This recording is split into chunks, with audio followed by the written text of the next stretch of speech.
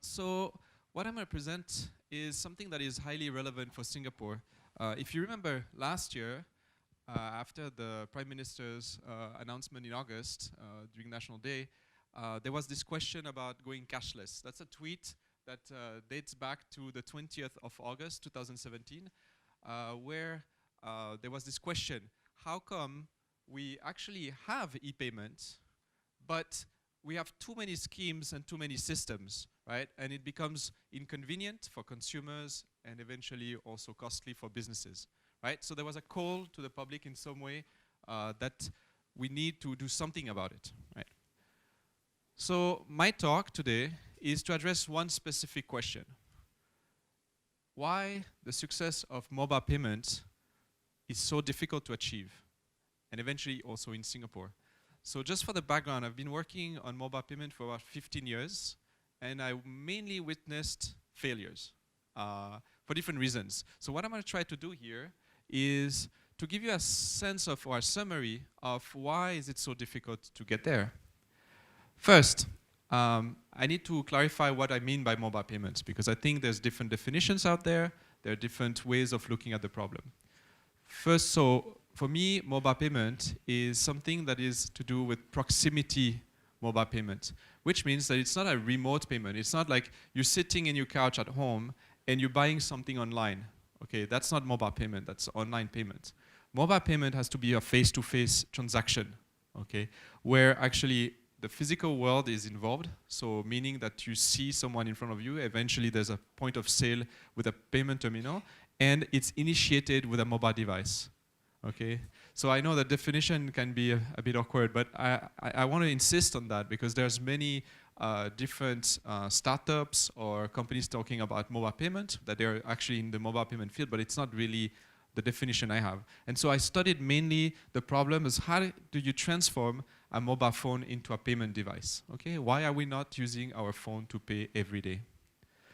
So that's what I mean by mobile payment. You tapping your phone on a terminal and you're making a purchase, a payment, okay?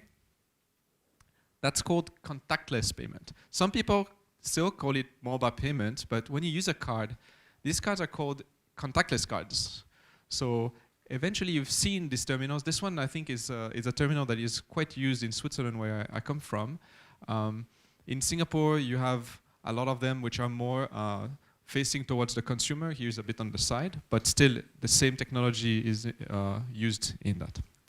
So now, there are different mobile payment company or mobile payment scenarios that some people have been using in the past, which I don't consider to be mobile payment. One is, as I mentioned, if you make a payment, let's say, from your home, here's a payment made, let's say, in an application like food delivery.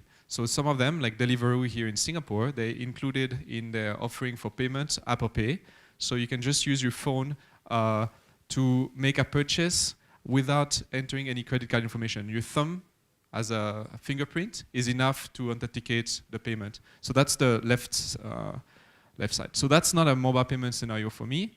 The other one is transforming the mobile phone into a payment terminal. So there's a company called Square in the US which started this kind of scenario, where anyone could actually plug a small dongle, as you can see, a small square on top of their phone. Here is an old phone, but for those who still have the jack, which is disappearing in iPhones, but still you have this small dongle, very cheap technology, which is enabling the phone to become a payment terminal.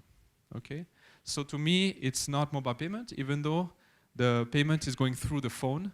It's an acquiring device. It's not a paying device, okay? You're not paying with your phone, you're receiving a payment through the phone. As you can see, the credit card is used actually for the payment. So now, if we go back to the story that I told you before, there's Mr. Tan, who's the CEO of Razer. It's a gaming company, right? Maybe some of you know the hardware they're selling, keyboards, headphones, material like hardware for video games, right? And this company is also, because they're active in gaming, they have some kind of payment scheme within games. And so what Mr. Tan was proposing to the Prime Minister is to create a unified payment scheme for him in the next few days. That was his proposal. Prime Minister answered, make me a proposal and I will study it seriously. Okay, so that's what happened a few days after the first post. So now we go 3 weeks later or 2 weeks later, Razer submits the proposal for a unified e-payment system in Singapore. So now what? So Straits Times starts commenting, other medias are starting to comment. So as you can see, the idea there is to create a system which is in the cloud, meaning on the internet, so an e-wallet that can be accessed through different means, which means you can have a mobile app, you can have different devices, it can be on a chip. So the idea here is to create an online account where people just put their money and they can reuse this money from different channels, okay? So now, imagine, it's the first day, number 1 day, Razorpay becomes available, okay? Why would anyone join? Would you join? Why? So, you know, if it's not solving a problem, it's just a solution looking for a problem, right? And mobile payment has been consistently addressing this kind of problems. So here, the big question is, why would you join? On the consumer side, the question is, how many wallets do you want? How many wallets do you have at the moment, actually? Do you need multiple wallets? If you already use Apple Pay on your phone, or Samsung Pay, or Android Pay, or whatever, would you want to have an additional wallet, how many wallets do you want to put money into? And don't forget that the wallets are separate entities. So once you put money in one wallet, you cannot tap into that wallet with another wallet.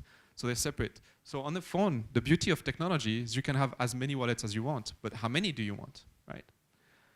On the merchant side, it's a question of terminal. How many terminals? How many QR codes? How many things do you want to have when consumers are coming to pay at your shop? How many things do you want in front of the consumer, right? Here is like a bit extreme, but you see some of the shops like that. A few years back when I was in Singapore, and Din Tai Fung, I think it was, or somewhere in Bugis, I made a picture of a very, let's say, crowded point of sale.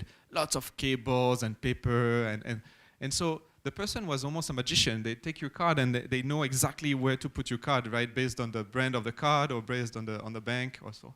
But as you can see, this might not be sustainable, and that's the whole question that the Prime Minister raised, right?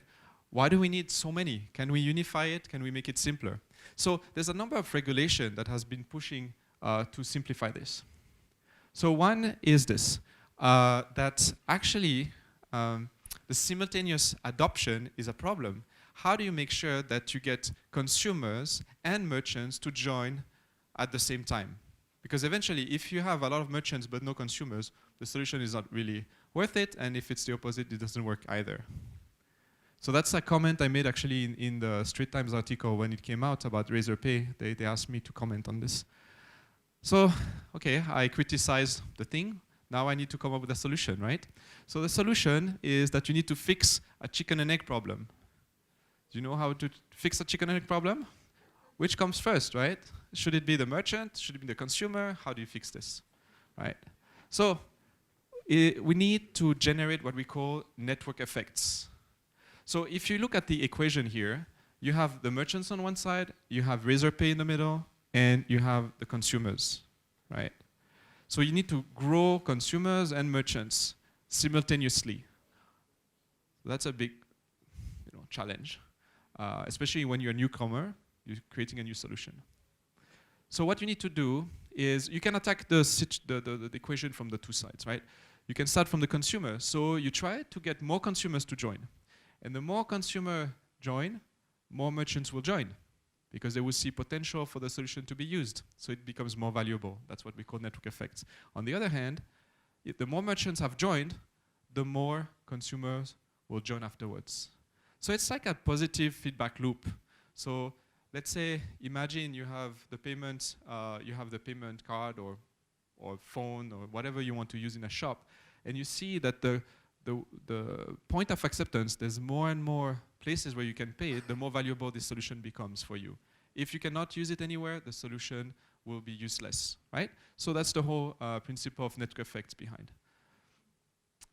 The problem is, over the years, what I observed with all the case studies, and it's almost in every developed economies, okay? I'm not talking about developing countries, because in developing countries, usually people are unbanked, so it's a very different story. So if we look at solutions in Africa, or some of the great solutions that we see also in Southeast Asia for financial inclusion and so on, it's different. Here, to make it simple, payment in Singapore is not broken.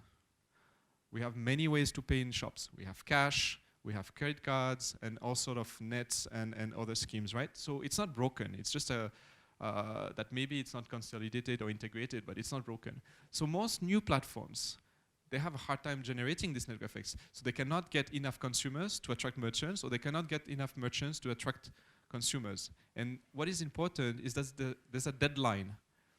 If you don't attract people fast enough, then the solution will fizzle and die, right? So nobody is going to use it, and at some point you have to close shop, right? Just to make it sure, a mobile payment platform makes revenue only when there's volume. So you need a high volume of transactions to make money. Otherwise, you cannot finance the infrastructure and the rest. So now, the good news. So that was like the negative picture of mobile payment. The good news is some platforms have more chance from the start. The reason is very simple. If you look at those companies, so Android Pay is a mobile payment platform which is based on Android. And so I'm sure in the room there's a lot of Android users. If you have Samsung phone, or if you have Huawei or Oppo, or whatever Android phones you have, you are likely to be able to use an Android or Google wallet, okay? Samsung Pay is mainly for Samsung phones, and then you have Apple Pay, right? So by default, when you have an iPhone, a recent iPhone, let's say, less than 2 years or 3 years iPhone, you should be able to make payments with it, okay? Which means you register your credit card, which you will do because maybe you would want to buy some applications, right? Or you want to subscribe to something. So you have your credit card. You just have to register it to your wallet, and then your phone becomes a mobile payment device. So what they benefit from is two things. One, that people already have the device, so it's not very difficult. You just have to push a bit for people to register their card, which is not too difficult either. And on the other hand, they're actually using the established infrastructure that shops already have because of contactless payment. You remember the card payment? It's the same technology that is being used. So actually, when you use Apple Pay, you can just tap your phone onto a reader, which is already used for cards, and it just works. So they don't have to deploy any additional infrastructure. In the past 15 years, the mobile payment platform had to find a way for the merchant to acquire payments. And so they had to roll out a specific technology. QR code is the one we see most in Asia, because people are quite comfortable using QR code, it seems. Not the same case in Europe. It takes more time. In US, not so much either. So QR code is working in different situations because it's compatible with every phone. So that it's a very low-tech but compatible technology. So cheap and working. So now let's take an example in Singapore, because eventually the whole question is, what about Singapore in this, right? So Singapore, now we have a solution called GrabPay. Okay, so it's another wallet. How many of you are using Grab? Only 2? Only 3? Oh, wow. I thought there would be more people than that in the audience. So I guess you all have cars, right? And so you don't use Grab. Okay, so too bad for my speech. So maybe I just stop now. So what I wanted to say about Grab is that they have one side of the equation solved. The fact that they already have an app that many Singaporeans are using, okay? But they're not using it for payments. They're using it for other purposes. And now, maybe some of you have seen the latest announcements. They announced that they want to become a super app for Southeast Asia, which means they want to offer a lot of other services, food delivery, groceries, etc., right? So Grab, as a super app, need a payment mechanism somehow, right? A bit the same as iPhone has a wallet inside to be able to buy music or apps. The same Grab needs also to have a payment device. The nice move here is GrabPay or Grab Wallet at the beginning, I forgot the term they used at the beginning, was used actually to be able to pay only for rides. So you could choose if you wanted to pay with a credit card or you could pay with your wallet, okay? So you top up your wallet and then you can use it. But that money was reserved for rides. You could not do anything about it. But now, Grab is extending or expanding this, the use of this wallet to be able to pay at different premises, like merchants, or even you can wire money from each other. So you can actually give money to someone else using the Grab wallet or Grab Pay.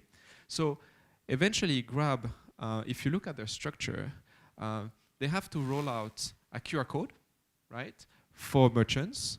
So that's the way the merchant will acquire payments. And the ones who are familiar with WeChat in China, they use exactly the same technology. You scan the QR code, you put the amount that you're supposed to pay, and then the merchants get a notification, right? Very simple technology, quite easy to use.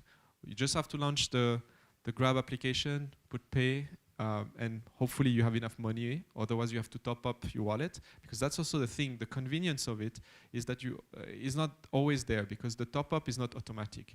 If you don't have enough money, you have first to top up and then you can pay, because it's a prepaid wallet, right? So that's a small thing that people need to be aware of when they want to use GrabPay at this point.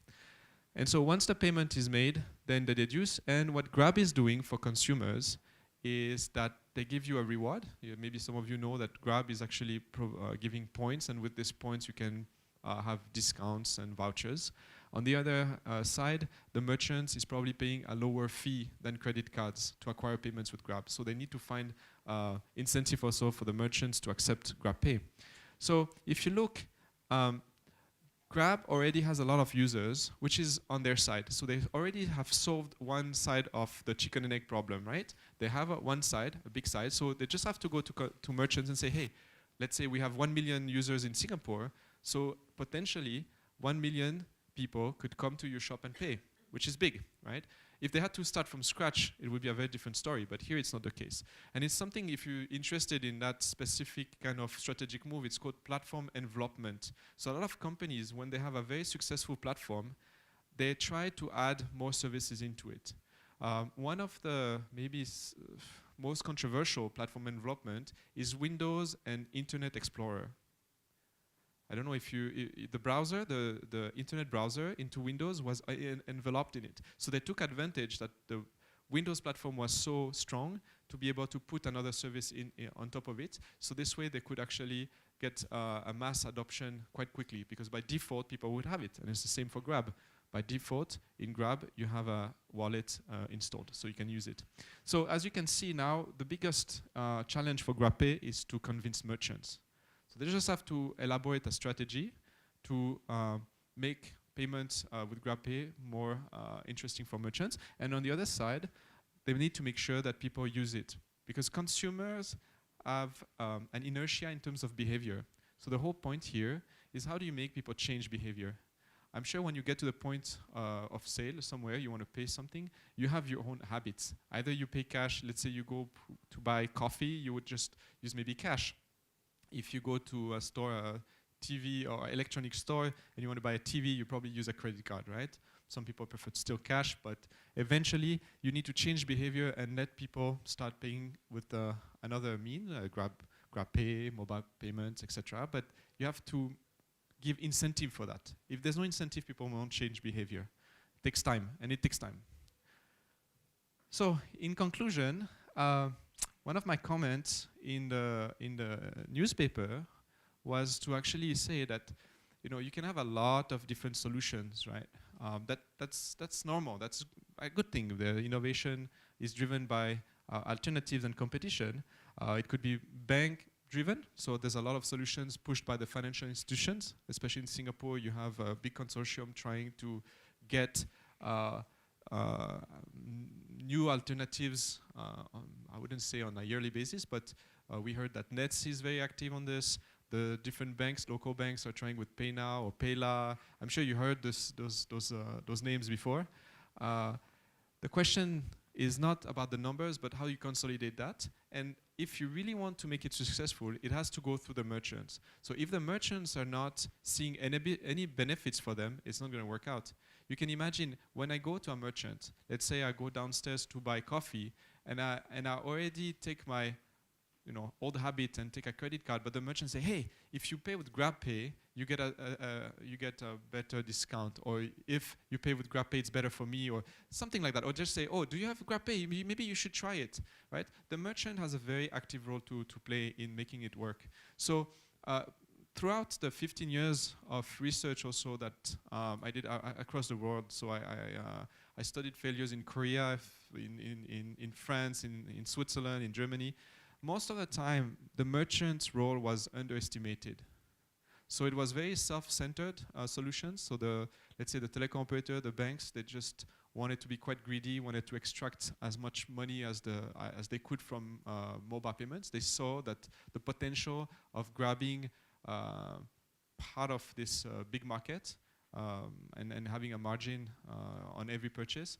But they didn't realize that actually the, let's say, ecosystem is a bit more complex, and they need to address it by getting as many people as possible on board. The regulator is one side, but then the merchants is a very important side that is often neglected.